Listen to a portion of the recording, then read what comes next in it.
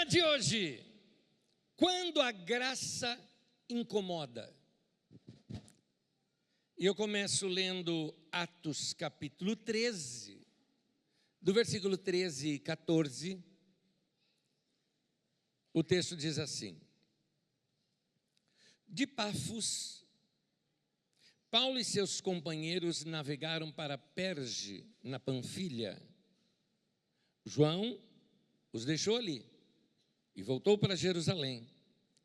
E de Perge prosseguiram até Antioquia da Psídia. Já nós continuamos a leitura. Eu vou fazer uma pequena pausa aqui para introduzir esse momento nosso aqui. Estamos estudando a vida de Paulo, apóstolo. Já vimos sobre sua conversão na estrada de Damasco, as experiências que ele teve com os primeiros cristãos que ele teve contato ali em Damasco, seu aprendizado, o aprendizado dele no deserto da Arábia, depois as suas pregações, ameaçado de morte 2 vezes, tanto lá, já em Damasco, como também em Jerusalém. Esteve em Jerusalém, aprendeu com Pedro, aprendeu com Tiago, aprendeu com Barnabé, mas as suas experiências profundas também foram pessoalmente com Jesus. Tempos depois, Paulo passa um bom tempo em Tarso, sua cidade natal. Entre o seu chamado e esse momento que eu vou falar agora, foi 14 anos, quando Paulo então é chamado para ajudar Barnabé na igreja que estava surgindo lá em Antioquia. Nessa igreja lá em Antioquia, Paulo então recebe um chamado juntamente com Barnabé, para levar o evangelho a outros lugares. E aí, eles passam pela ilha de Chipre e atravessam a ilha inteira pregando o evangelho ali. Quando eu falo a ilha inteira, é um lugar muito grande. Chipre é uma nação hoje. Então, para vocês terem uma ideia, são assim, acho que uns 160 quilômetros mais ou menos, que caminhou, certamente dormindo em tenda, passando situações difíceis. E então, depois, ele sai desta ilha de Chipre e vai para o sul da Turquia. Chegando lá, tem esse texto. Eles chegam inicialmente numa cidade portuária. Quando eles saem ali de Pafos, eles vão para Perge. E nesse lugar tem um detalhe no texto. João Marcos, sobrinho de Barnabé, que estava junto com eles, desistiu da viagem. Esse detalhe do texto eu vou falar no final da mensagem.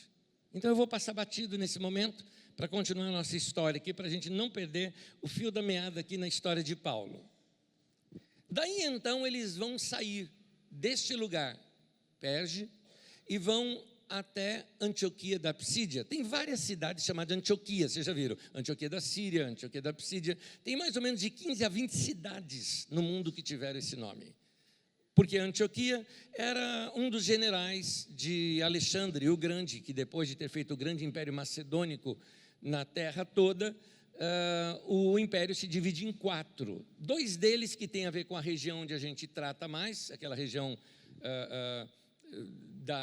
da Bíblia Sagrada, vamos colocar assim. Você vai ter 2 grupos ali, os Ptolomeus e os Seleucidas. E desses Ptolomeus é que saem esses nomes. Antíoco, por exemplo, era um dos primeiros que foram ali dos Seleucidas que ganhou esse nome em todas essas cidades. É isso de informação. Agora, vamos ver a caminhada dele. Coloca para mim o mapa, por favor. Nesse mapa você consegue entender um pouquinho. Do lugar onde ele saiu, o texto apenas diz, ele saiu ali de Perge e vai para Antioquia. São 232 quilômetros. Isso numa suposta estrada que eu achei que seria por onde ele foi. Certamente foram picadas, não eram estradas como nós temos hoje. Esta região também é uma região montanhosa. Isso aqui deve ter durado pelo menos 1 mês de caminhada, visto que eles caminhavam, paravam certamente em alguns vilarejos, evangelizaram muitos lugares, mas Lucas, que é o redator do texto, ele está com pressa de seguir no texto, por isso que ele não dá muitos detalhes aqui, ele já pula daqui para 232 quilômetros em diante. Ele pega só as cidades principais. Dormiram certamente em tendas, em barracas, não era uma viagem fácil. Coloque as fotografias para mim. Aqui nós vamos ver alguns lugares que eles passaram, e você vê aqui a região montanhosa ao fundo. Certamente não era na época do inverno que eles foram, porque seria impossível. Este lago que eles atravessaram, não atravessaram o lago, contornaram esse lago, é considerado um dos lagos mais lindos do mundo, chamado Lago de Egidir. Tem uma outra pronúncia, mas eu não sei pronunciar na língua turca, então vamos colocar como se lê, Egidir, né? É um dos lagos mais bonitos do mundo. Ele troca de cores de acordo com as estações do ano. O lugar é lindo demais. Agora, eu fico imaginando Paulo e Barnabé, que chegaram e se acamparam num desses lugares com esta vista toda. Quando fosse assim pela manhã, deveria acordar, levantar as mãos para os céus, ter seu momento de oração, falar ali com o Senhor, aquecer seus corações, quem sabe cantarem juntos. Não era só Paulo e Barnabé que estavam. Algumas narrativas mostram Lucas junto, na outra narrativa que não citou, nós ficamos sabendo depois, João Marcos estava junto. Deveria ser uma equipe de pessoas. Mas ali naquela comunhão com Deus, era o momento deles aquecerem o coração. Por uma razão. Imagina que você tivesse um chamado assim, que Deus te manda ir evangelizar em alguns lugares. Mas, gente, mais de 200 quilômetros a pé, passando por montanha, que não daria para você caminhar muita coisa, porque você se cansaria e teria que parar. Lugares difíceis, inclusive essa estrada era uma estrada perigosa, porque ela era fora da rota romana, portanto, não tinha muita proteção. Era citado, por exemplo, tinham muitos assaltos nesses lugares. Paulo narra numa das cartas dele que ele passou perigo com assaltantes. Então, não é fácil. Facilmente, eu diria, a sua paixão por sair pregando acaba. Por isso, todos os dias, eu acredito, eles deveriam ter um tempo de oração, buscar o Senhor, aquecer o coração de novo, para poder continuar na sua jornada. Chegaram então em Antioquia da Psídia. Chegaram lá na cidade, certamente deve ter encontrado, se apresentado a pessoas ali na cidade, porque Paulo era um rabino. E conhecendo os judeus ali na cidade, certamente deve ter se apresentado. Ele era discípulo de Gamaliel. Gamaliel era o principal dos rabinos na época. E todo mundo começou naquela, puxa, o discípulo do Gamaliel, que é o melhor rabino que nós temos, está aqui na cidade, sábado vamos dar a palavra para ele, para pregar na sinagoga. E finalmente chega esse dia. Vamos continuar agora a leitura. Continuando a leitura em Atos capítulo 13, versículo 14 em diante, diz assim: de Perge prosseguiram até Antioquia da Psídia. No sábado, entraram na sinagoga e se assentaram. Depois da leitura da lei e dos profetas, os chefes da sinagoga lhes mandaram dizer: irmãos, se vocês têm uma mensagem de encorajamento para o povo, falem. Pondo-se de pé, Paulo fez sinal com a mão e disse: israelitas e gentios tementes a Deus, ouçam-me. Até aí a leitura, mas eu continuo a explicação. Quando Paulo entra na sinagoga, eles seguem o ritual da sinagoga, leitura de texto dos profetas, leitura de textos da lei, e finalmente o momento onde se expunha uma palavra de encorajamento ao povo. Estava ali um grande rabino, Saulo de Tarso. Deram a palavra para ele e ele começa a pregar. E a mensagem de Paulo foi uma síntese de todo o Antigo Testamento. Ele começa a narrar como Deus falou ali com Abraão e segue. Ele vai até Davi. E narrando sobre o rei Davi, ele está mostrando o tempo todo nessas narrativas o seguinte: Deus fala com o seu povo, mas o povo rebelde muitas vezes não entende o que Deus falou. Como foi no tempo dos juízes. Deus levantava um juiz, aquele povo todo seguia esse grande líder, voltava aos caminhos do Senhor, bastava esse líder morrer que o povo se desviava. Finalmente o povo pede um rei, e não foi um rei segundo o coração de Deus, foi Saul, e o povo se desviou. Finalmente vem Davi, então ele vai mostrando que o povo tem um coração duro para ouvir o que Deus vinha falando. E ele dá um salto na história dizendo que da descendência de Davi sairia o Messias. E ele falou, e isso aconteceu por esses dias. Lá em Jerusalém ele foi morto, mas antes, este Jesus de Nazaré fez milagres. Ele foi o cumprimento de todas as profecias. Nós temos aqui a pregação de Paulo, embora ela é longa, certamente aqui é um grande resumo, que talvez você leia em 5 minutos, mas Paulo deve ter tido 1 hora ali de exposição bíblica para eles. E expôs para todos eles sobre Jesus, mostrando as profecias se cumpriam em Jesus. E ele desafia, dizendo, olha, os líderes lá em Jerusalém não reconheceram ele, eles não pararam para sequer ouvi-lo, por inveja, porque ele estava juntando uma multidão ao redor dele.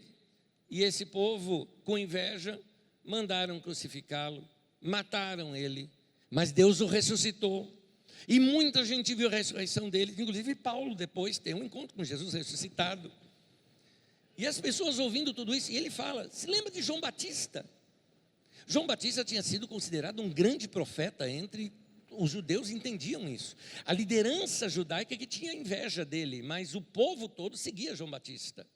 E João Batista mesmo foi quem disse que ele não era digno de sequer amarrar as sandálias dos pés deste que viria, que era Jesus.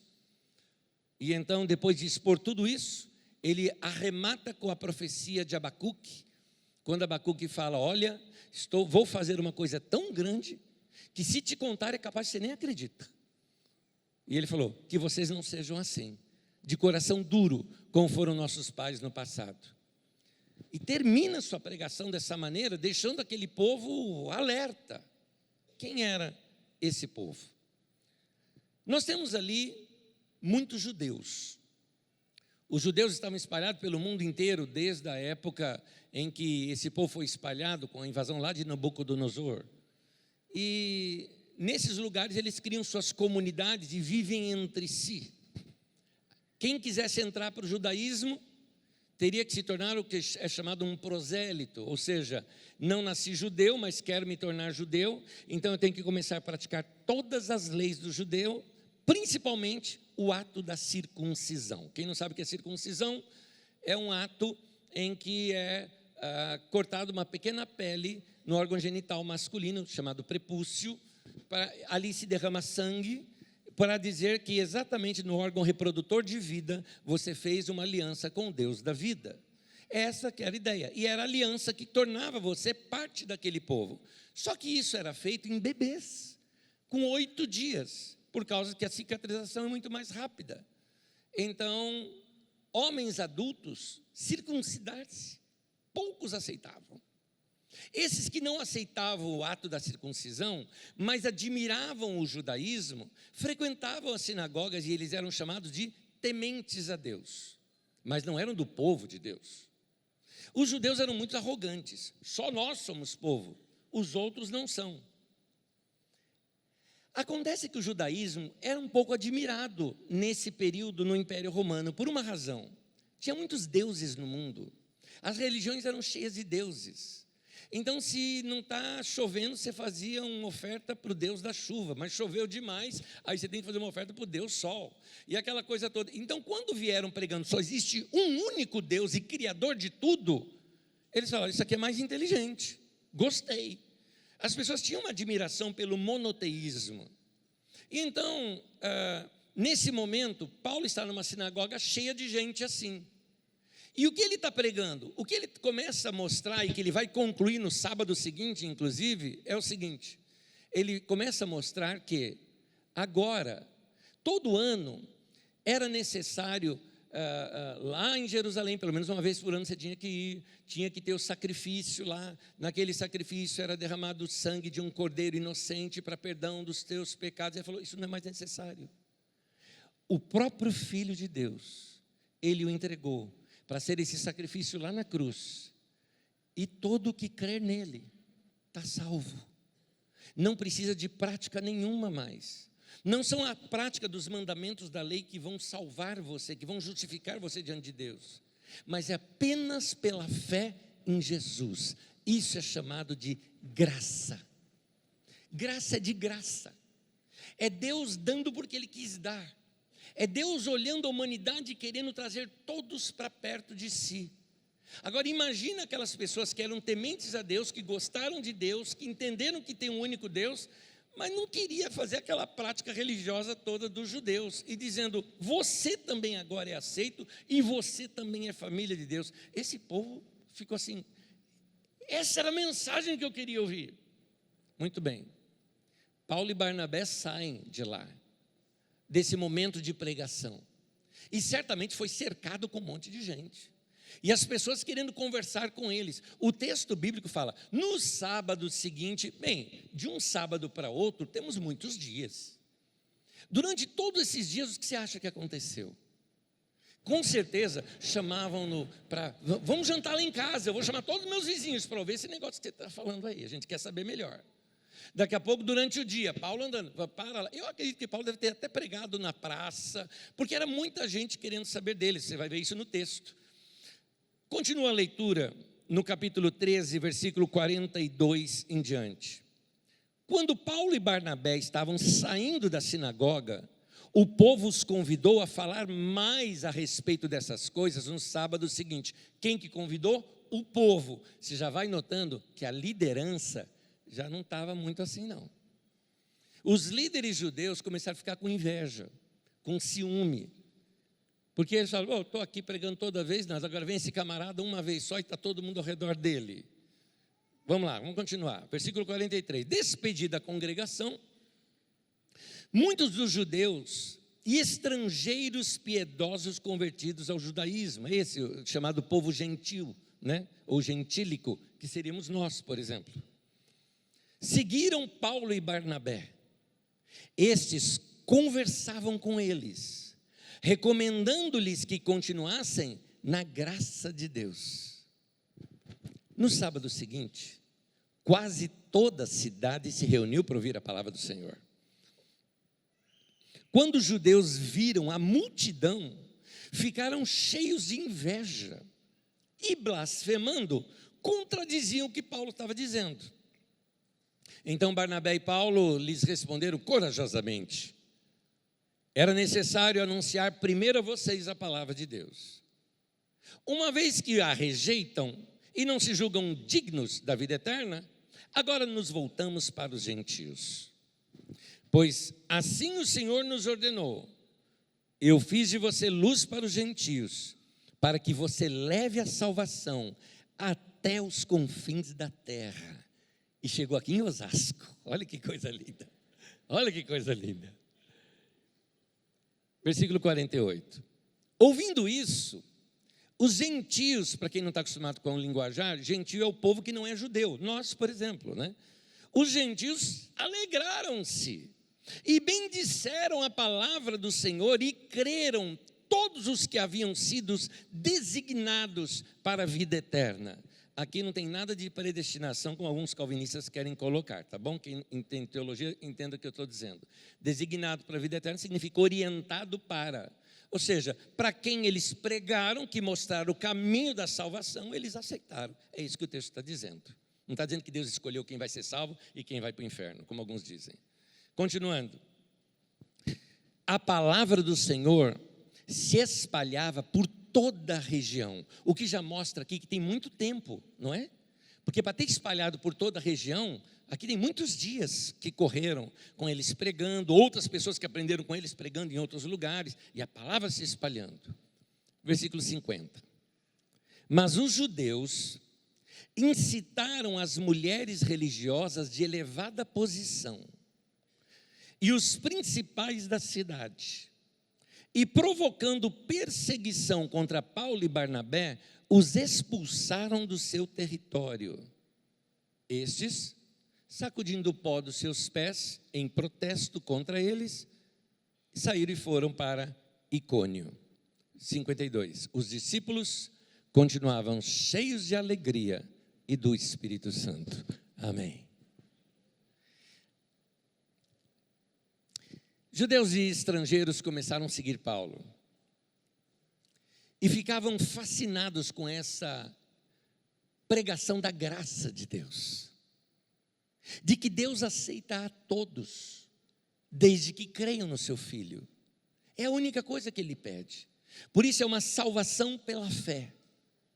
Eu não preciso praticar todos os mandamentos, não errar em nenhuma vírgula sequer, decorar aqueles outros 600 e pouco, 700 e pouco, não me lembro mais o número, de mandamentos que os fariseus tinham, praticar radicalmente cada um deles, que no sábado eu não posso andar mais do que 1 quilômetro da minha casa, que no sábado eu não posso tirar um pelinho da minha sobrancelha que está branco, que eu não posso tirar, porque aquilo é trabalhar, que no sábado eu não posso cuspir no chão, porque cuspir no chão levanta poeira, se levanta poeira, está arando a terra, se arar a terra, aquilo é trabalho, e trabalho é pecado no sábado. Meu Deus do céu, quanta regrinha. Paulo falou, não tem mais nada disso. É a fé em Jesus. Basta. Porque toda a obra foi feita por Jesus. E quando ele pregou isso, essas pessoas ficaram fascinadas, porque eles falaram, agora nós podemos nos relacionar com Deus. E aí, ao longo da semana, jantares, convidado para falar em vários lugares. Isso aqui é uma suposição minha, porque baseado no que eu vejo nas Escrituras, que Jesus era convidado para esses jantares, para poder falar com as pessoas, não é? Mas é aí que começa a perseguição. Não foi da noite para o dia que veio a perseguição. Primeiro veio a inveja, porque as pessoas estavam se reunindo nas casas e chamando Paulo para ensinar lá, não chamava os líderes da sinagoga. Paulo, uma vez indo e pregando a graça, aqueles que criam, o que a Bíblia diz? Quem crê, seja batizado.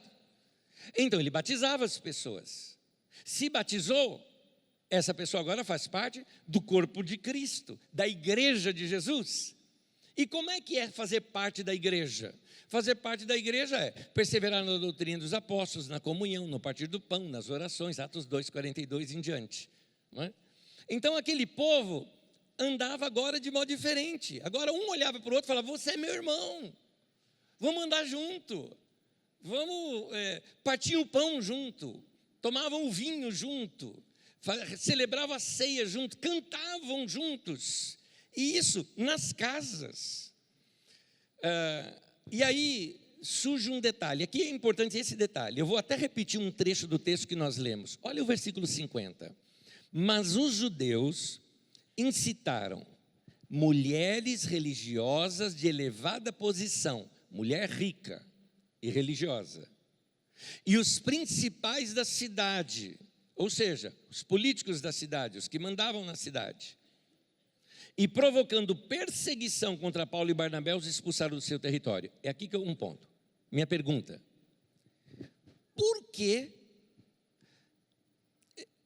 os que se sentiram ofendidos com essa pregação eram as mulheres ricas, religiosas e os políticos líderes da cidade?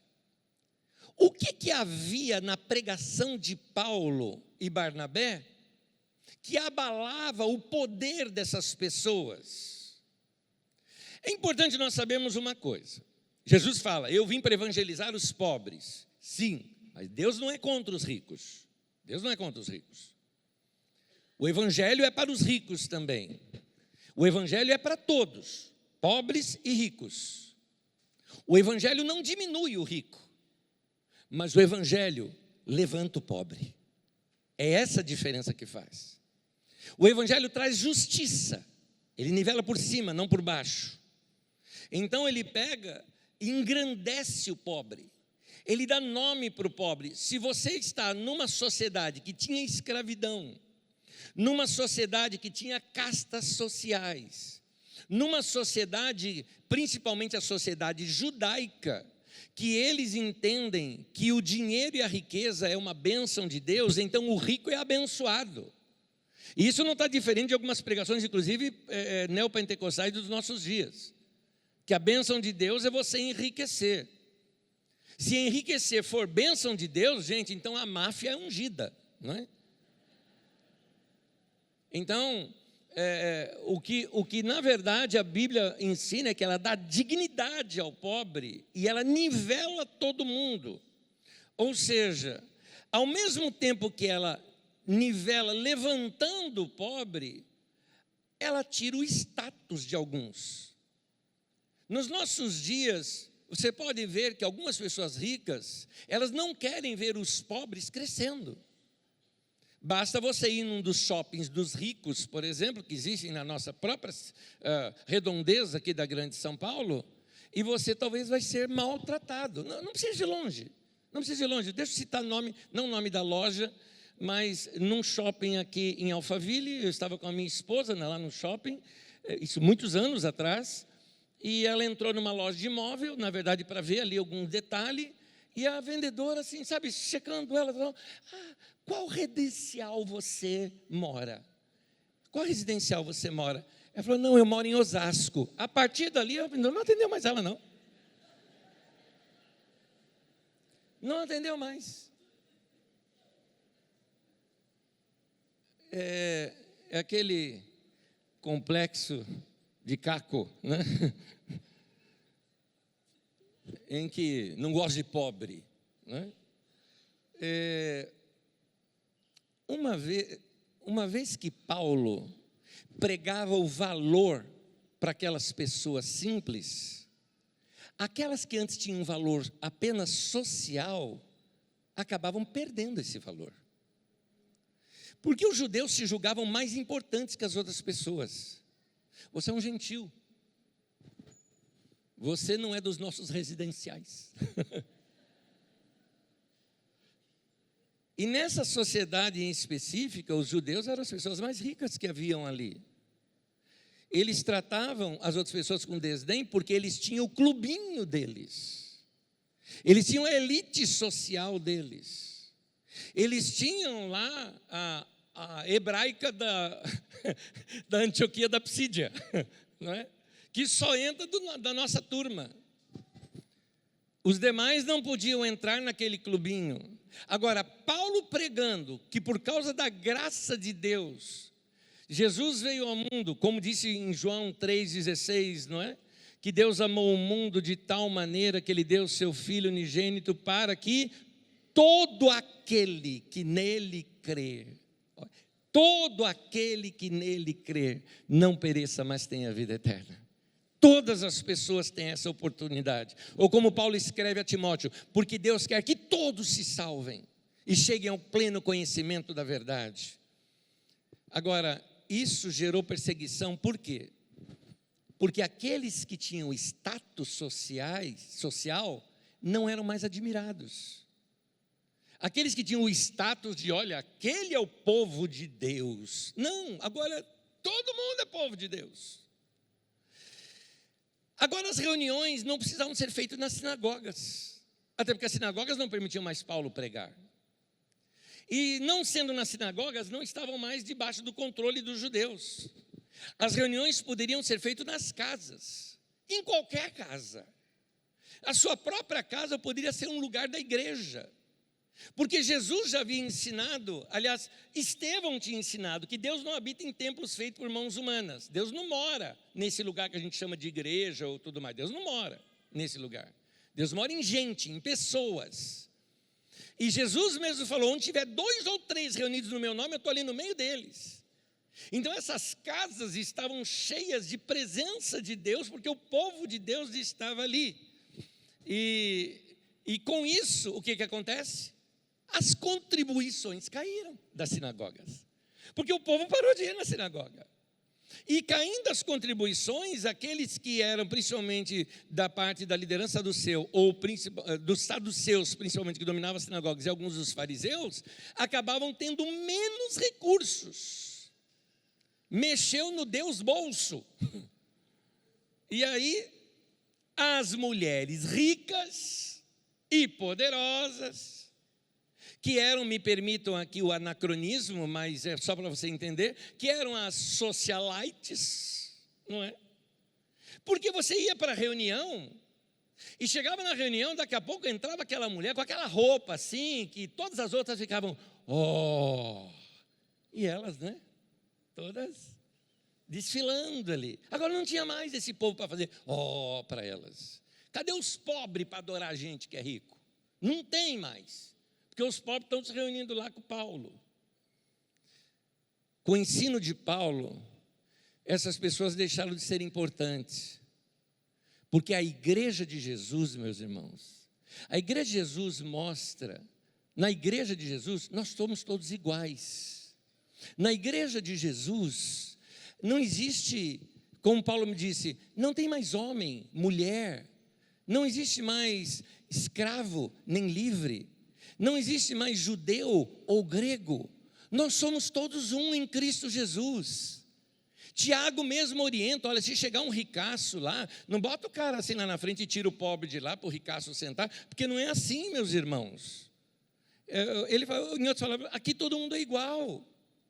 No meio da igreja, meu querido, não importa assim se você é a faxineira ou se você é o gerente do banco. Não importa no meio do povo de Deus se você é um serviçal ou se você é o presidente da república. Não importa no meio da igreja se você é uma pessoa da alta sociedade muito conhecida ou se você é um famosinho na televisão ou na internet ou se você é uma pessoa completamente desconhecida. No reino de Deus nós somos todos iguais, porque sem Deus nós somos todos uns desgraçados, sem a graça de Deus. Desgraça, sem graça, né? Sem a graça. Então, nós somos desgraçados sem a graça de Deus. Paulo mesmo fala, eu era o pior dos pecadores e ele me salvou. E olha que Paulo era da altíssima sociedade. Mas ele entendeu o seguinte, no reino de Deus todo mundo vira gente. Gente que precisa da graça de Deus, gente que é alcançada por Deus. Dessa maneira, meu irmão, todas as vezes que você estiver aqui entre nós, agora estou falando que é para carisma mesmo, quando você estiver aqui entre nós, olhar aqui para o teu lado, não importa se a pessoa que está do teu lado, se ela é famosa, se ela não é, se ela é mais rica, se ela não é, se é mais bonita ou se não é, não interessa, porque do reino de Deus também tem uns feios também, não tem problema, não é? Porque nós somos todos iguais, nós somos irmãos em Cristo Jesus. Essa é a maravilha da igreja de Jesus. É isso, é isso.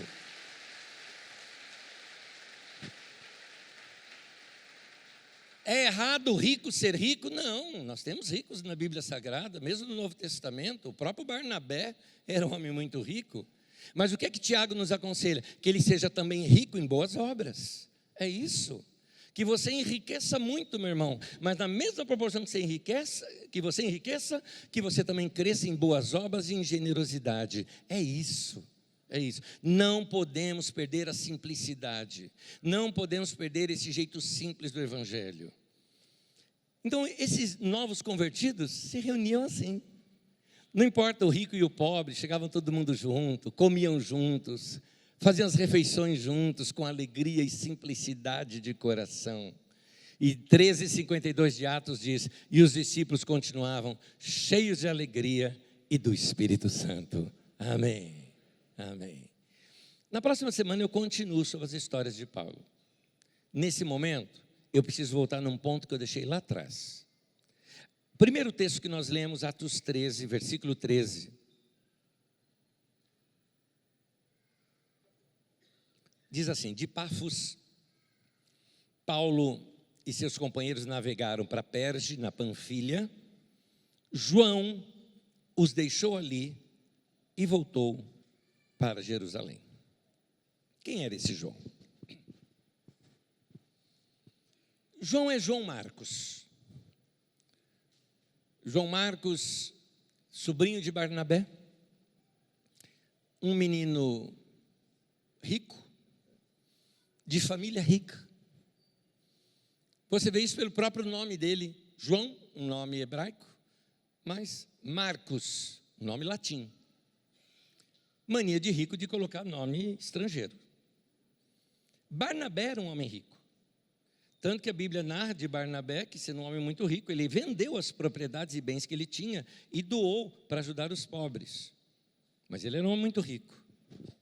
Sendo João sobrinho dele, filho de Maria, irmã de Barnabé, tem várias Marias na Bíblia, não confunda os nomes. Pertencia a uma família rica também, por causa só de você ver o tamanho da casa dele. Em Atos capítulo 2, conta que os discípulos, juntamente com outras pessoas, se reuniram buscando a Deus em oração, depois da ressurreição de Jesus e da ascensão de Jesus aos céus. Ali estavam reunidos 120 pessoas. Quando veio o Espírito Santo sobre eles, eles começaram a falar em outras línguas e foram ali batizados no Espírito Santo. Atos capítulo 2. E eu te pergunto, 120 pessoas cabe na sala da tua casa? E eu não estou falando caber assim, apertado, porque eles passaram 7 dias ali de oração. E certamente dormiam por lá também. A sua casa consegue hospedar 120 pessoas?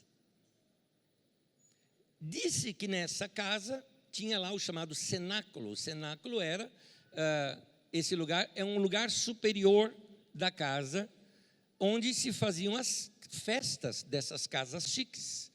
Seria a nossa churrasqueira aqui, tá? Só que para caber 120 pessoas confortavelmente. Essa era a casa do João Marcos. A localização dela também chama atenção, porque quando eles foram batizados no Espírito Santo e falaram em línguas, as pessoas que estavam caminhantes ali indo para o templo, ouviam eles falar na própria língua e começaram a achar que eles estavam bêbados. Pedro então desce com os 11, vai para a porta do templo e começa a pregar, quer dizer, ali era pertinho do templo. O templo de Jerusalém era o lugar mais chique, mais importante de toda aquela região, não só de Israel. Uma casa que ficava mais ou menos perto do templo, eu vou usar de novo um anacronismo, que anacronismo é quando você conta uma coisa do nosso tempo para a gente entender, mas que não tem a ver com aquele tempo, tá? Mas eu vou usar de anacronismo para você entender. O metro quadrado mais caro de Jerusalém era lá, entendeu?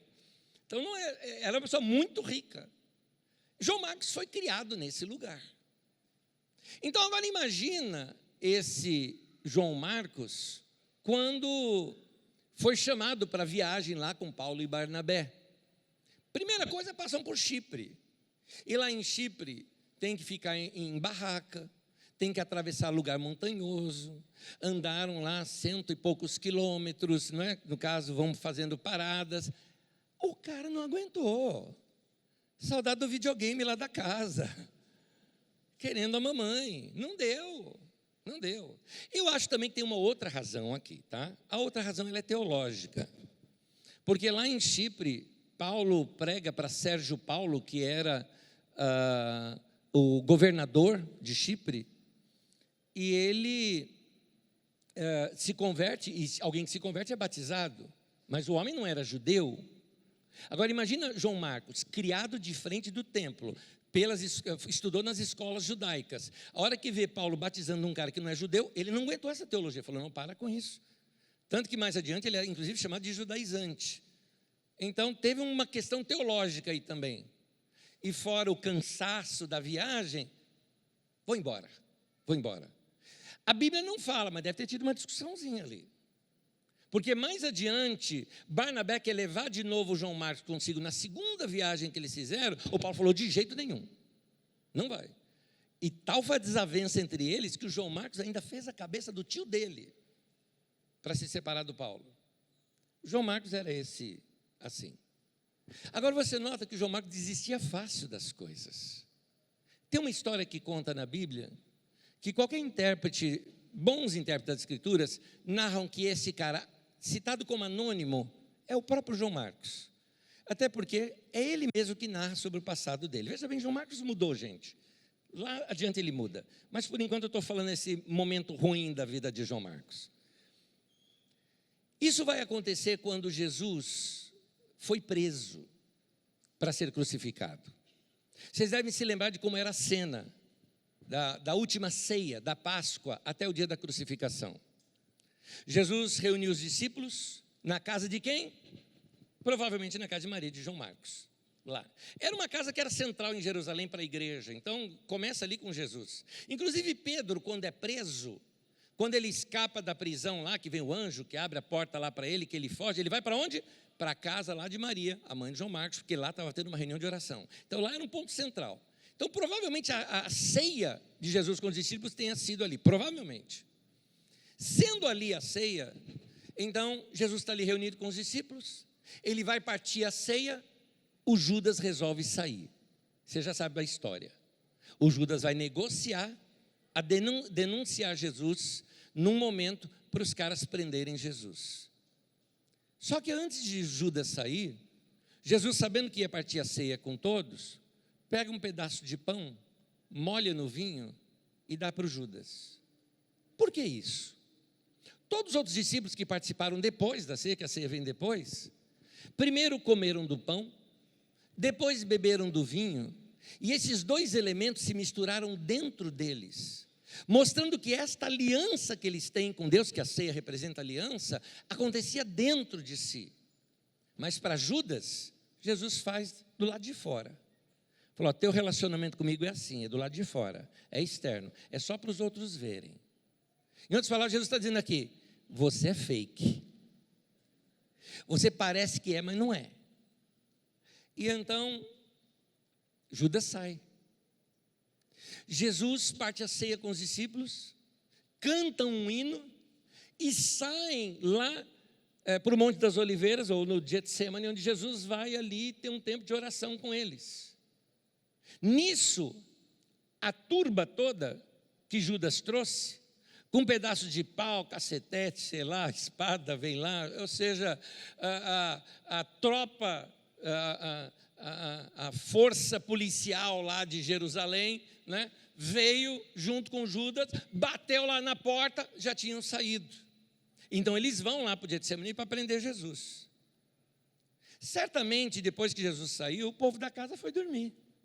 João Marcos, um deles, era um menino, moço, né, ainda, uns 20 e poucos anos, foi dormir, viu essa coisa toda, se enrolou num lençol e saiu atrás, querendo ver o que estava acontecendo, não dava nem tempo de se trocar. E aí a narrativa bíblica conta o seguinte, lá em Marcos 14, versículos 51 e 52, diz, um jovem, vestindo apenas um lençol de linho, estava seguindo Jesus. Quando tentaram prendê-lo, porque foram lá para prender Jesus, viram o jovem lá, vem cá, você é um deles também, né? Quando tentaram prendê-lo, ele fugiu nu, deixando o lençol para trás. Pegaram, agarraram ele, ele largou o lençol e saiu correndo, saiu pelado mesmo, mas saiu, fugiu. Muito bem. Eu vou usar isto como figura de linguagem agora.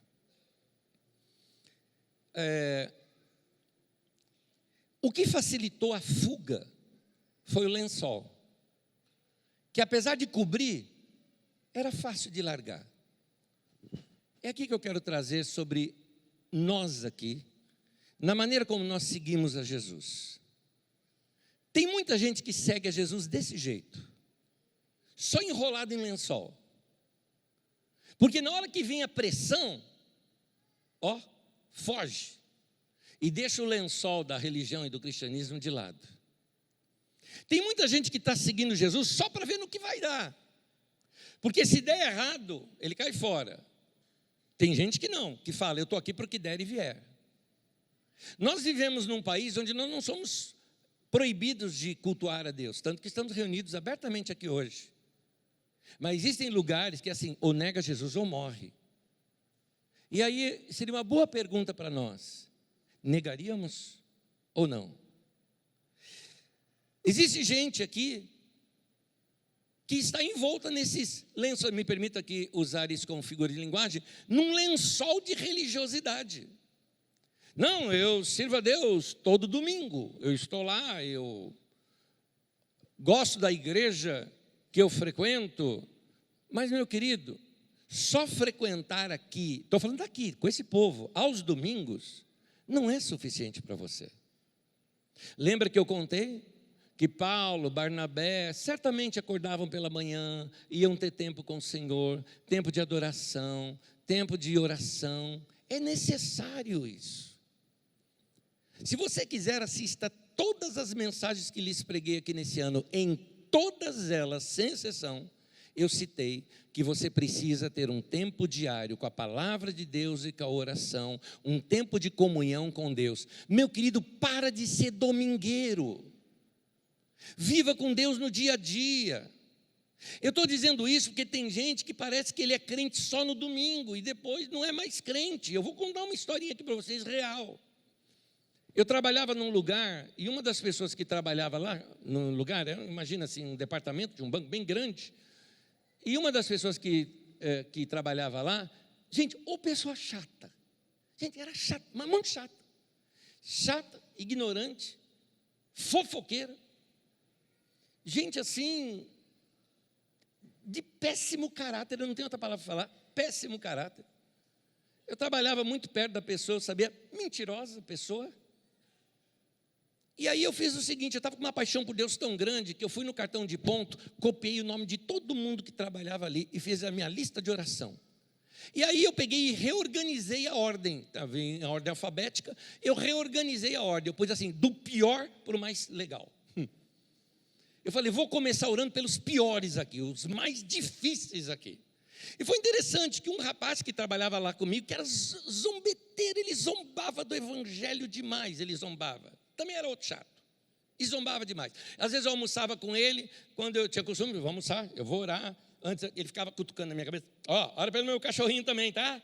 Ele ficava me cutucando assim quando eu ia orar. Ele zoava com o evangelho e tal. Esse rapaz se converteu.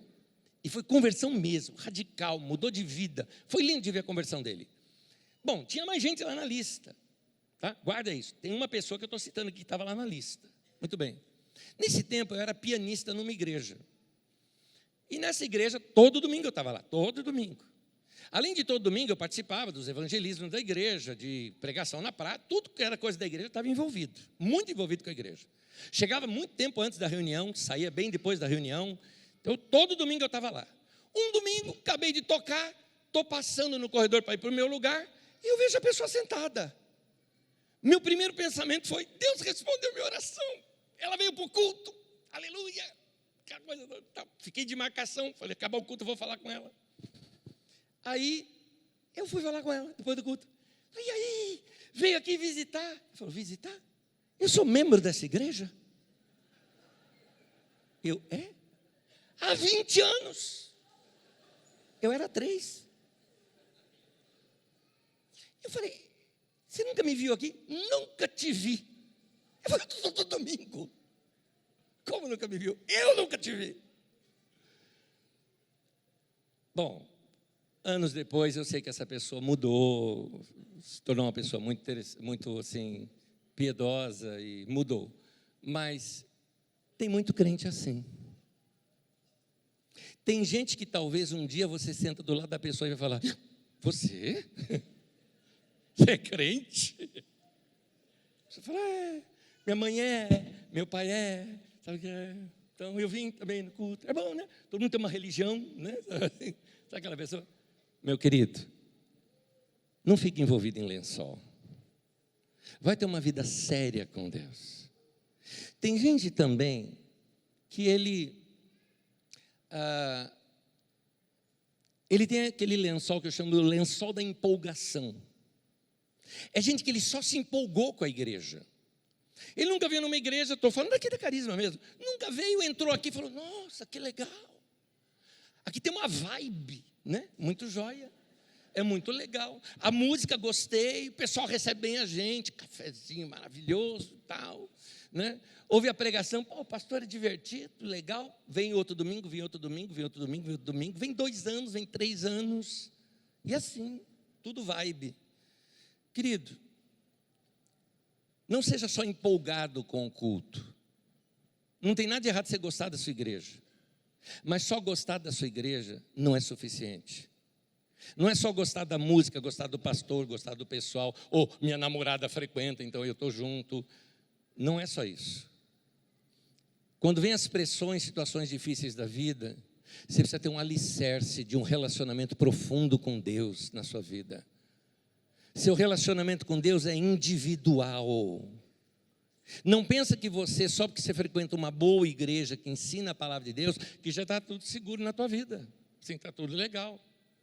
Você acha que Deus lá no último dia vai chegar assim para você e falar, você frequentava onde? Eu frequentava lá na Carisma. Carisma? Igrejão, boa, anjo, pode levar. Isso aí Não, meu querido, não é isso que te salva. Não é a Carisma que te salva. Quem te salva é Jesus. Você tem que andar com Jesus, falar com Jesus, andar com Ele todos os dias, se deixar ser transformado todos os dias, permitir que a palavra de Deus fale contra você muitas vezes, corrigindo o teu coração, para te levar para perto de Jesus. Mas meu pai e minha mãe é homem de Deus, mas Deus não tem neto, querido, Deus tem filho, Deus tem filha, Ele quer ter relação com você.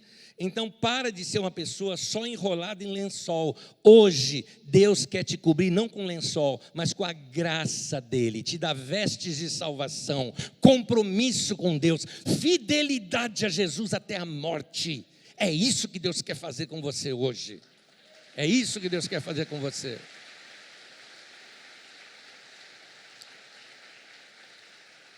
Eu termino dizendo para vocês sobre João Marcos.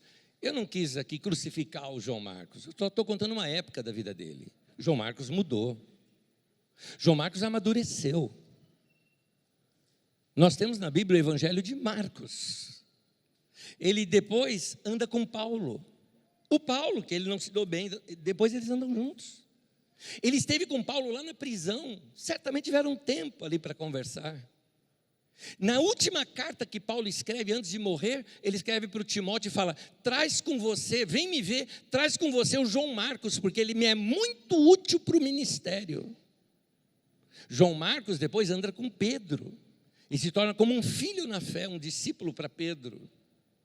Quando depois que passou, aqueles primeiros apóstolos todos morreram, João Marcos foi quem liderou a igreja em Jerusalém, segundo historiadores da história da igreja, como Eusébio de Cesareia conta isso. E quando veio aquela perseguição que você sabe, da destruição de Jerusalém nos anos 70, não tinha ninguém da igreja lá. Por quê? Porque Marcos tinha entendido que Jesus tinha ensinado: quando virem essas coisas acontecerem, os que estiverem na Judeia, fujam para os montes. João Marcos pega o povo da igreja e leva para uma cidade montanhosa chamada Pela. Nenhum cristão foi morto naquilo lá, por causa do João Marcos. Ele se tornou um tremendo homem de Deus. Por quê? Porque ele abandonou os lençóis e foi andar com Jesus de verdade. Então, meu querido, eu termino aqui para te dizer o seguinte: hoje, decida andar com Jesus a qualquer custo. Se você nunca entregou sua vida para Jesus, entrega hoje e fala: está aqui a chave da minha vida, dirige. Se comprometa com Jesus e se batize. Porque batismo não é fazer parte de uma religião, batismo é um compromisso seu com o próprio Jesus. Ele que ordenou você ser batizado. Não sou eu, não é pastor, não é igreja. Batismo não pertence a igreja nenhuma. Batismo pertence ao Senhor Jesus. Ele, a igreja é dele, o povo é dele. Então siga Jesus e se comprometa com Jesus. Decida ser fiel a Deus a qualquer custo. E não se venda. Nós não sabemos o que é viver debaixo de perseguição. Mas às vezes, eu me lembro uma vez, quando eu perguntei para o Jamê, meu pastor, falei: Jamê, você acha que vai ter alguma grande tribulação para a gente assim? Uma grande perseguição no meio da igreja aqui brasileira? Ele falou: você acha que precisa? Eu falei: pensando bem, eu acho que sim. Ele falou: então é melhor a gente se preparar. Porque quem de fato segue a Jesus? Hoje em dia parece que seguir a Jesus é modinha, é legal, não é? É descolado. Mas, meu querido, se prepara para seguir Jesus até as últimas consequências. E não se envergonhe do Evangelho de Cristo. Não se envergonhe da obra da cruz. Não se envergonhe do Mestre que deu a vida por você. Amém? Eu vou terminar contando uma história, vou pedir para você ficar em pé, por favor.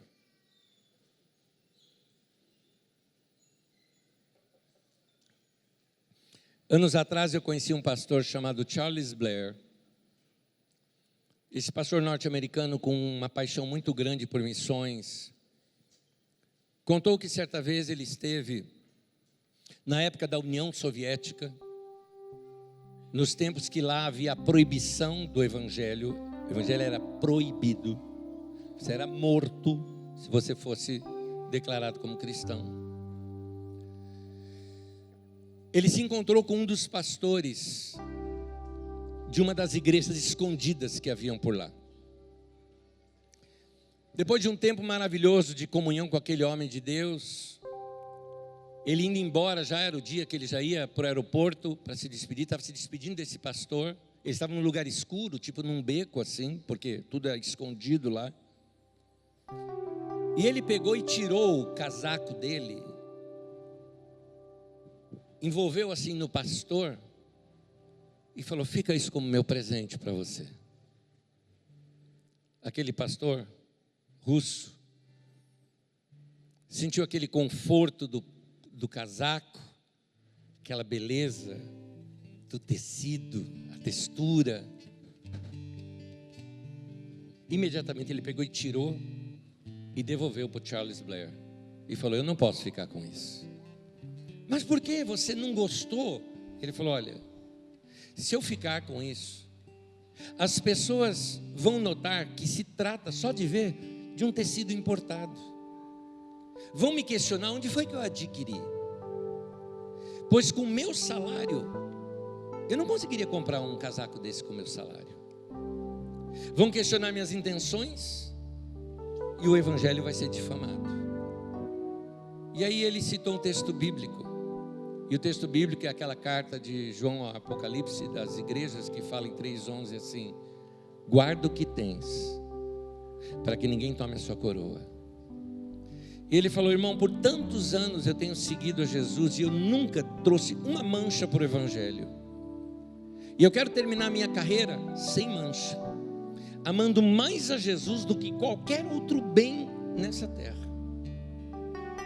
E em seguida deu um abraço lá no Charles Blair, e na noite fria fora e escura sumiu. A história termina aqui. Mas a lição que fica para mim e para você é: não nega Jesus diante de uma grande oferta de dinheiro errado. Aliás, mas é muito dinheiro, mas é errado. Não nega Jesus. Rapaz, não nega Jesus diante do corpo da tua namorada. Você sabe que é errado. Não faça. Não nega Jesus diante de coisas que você é tentado a andar longe dele.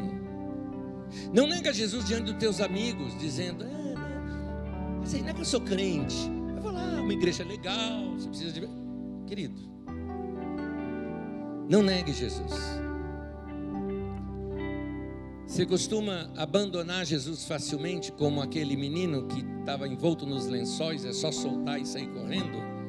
Hoje eu te convido a firmar um relacionamento com Jesus, um relacionamento de vida e morte, de dizer para Ele: eu vou te servir como alguém que crê na vida eterna, como alguém que sabe para onde está indo, para alguém que sabe que está temporariamente nesse mundo, mas que o meu lugar não é nesse mundo, meu lugar são nos portais eternos com o Senhor por toda a eternidade. Por isso eu vou te servir de todo o coração. Põe tua mão no peito, deixa eu orar com você. Querido Pai, abençoa o teu povo com firmeza de coração, abençoa o teu povo com fidelidade, para que cada irmão e irmã que nesse momento está fazendo um voto de fidelidade, compromisso com o Senhor, que possa assumir esse compromisso, andar com o Senhor em retidão, em santidade, em bom caráter, com vida diária de oração, de comunhão com o Senhor, firme nos teus propósitos, seguindo as Escrituras Sagradas. Abençoa o teu povo, ó Deus, para que sejamos de fato filhos e filhas segundo o teu coração. Recebe o nosso arrependimento, o nosso pedido de perdão pelas falhas que já tivemos até aqui, mas te pedimos a força e o poder do teu Espírito Santo para nos manter nessa palavra e andar segundo o teu coração, em nome de Jesus, amém, amém. Que o Senhor te abençoe, em nome de Jesus.